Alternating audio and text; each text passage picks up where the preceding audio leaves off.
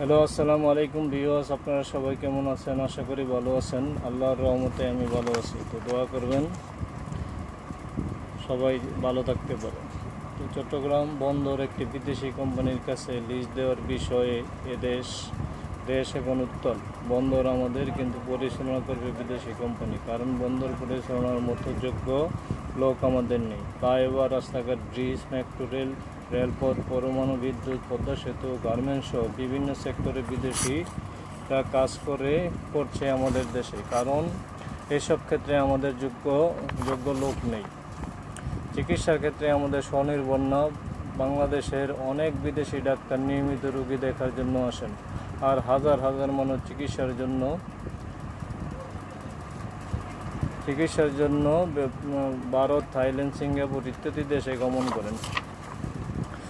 সমরাষ্ট্র প্রযুক্তি, কোনো ক্ষেত্রেই আমাদের নিজস্বতা বলতে কিছু নেই। পাকিস্তান আমাদের থেকে গরিব হলেও তাদের পারমাণবিক বোমা আছে, তারা ড্রোন তৈরি করছে। পৃথিবীর অন্যতম শক্তিশালী সেনাবাহিনী তাদের রয়েছে। এসব প্রমাণ করে আমাদের দেশে জেনারেল শিক্ষার মান অত্যন্ত নিম্নমানের।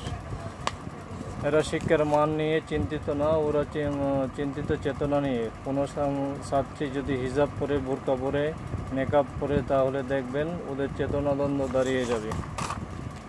কলেজ ভার্সিটি কোনো ছাত্র যদি দাঁড়িয়ে রাখে, পাঞ্জাবি পরে, কলেজ ভার্সিটিতে কোনো ছাত্র যদি দাঁড়িয়ে রাখে পাঞ্জাবি পরে, তাহলে খারাপ চোখে দেখা হয়।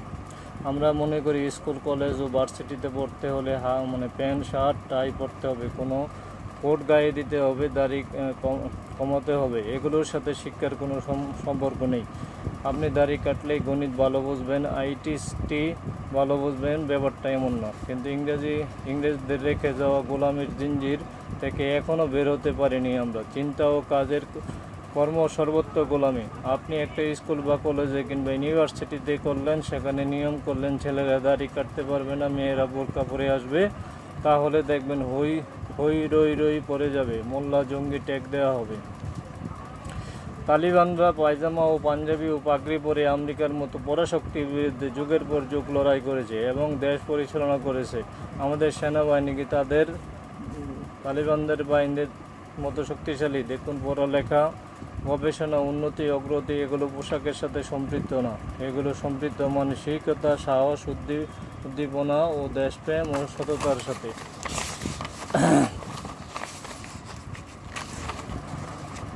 আমাদের অনেক বিশেষ ক্যাডার, সচিব, কর্মকর্তা, ডাক্তার, ইঞ্জিনিয়ার আছেন যারা সুন্নতি পোশাক পরে নিয়মিত নামাজ পড়েন।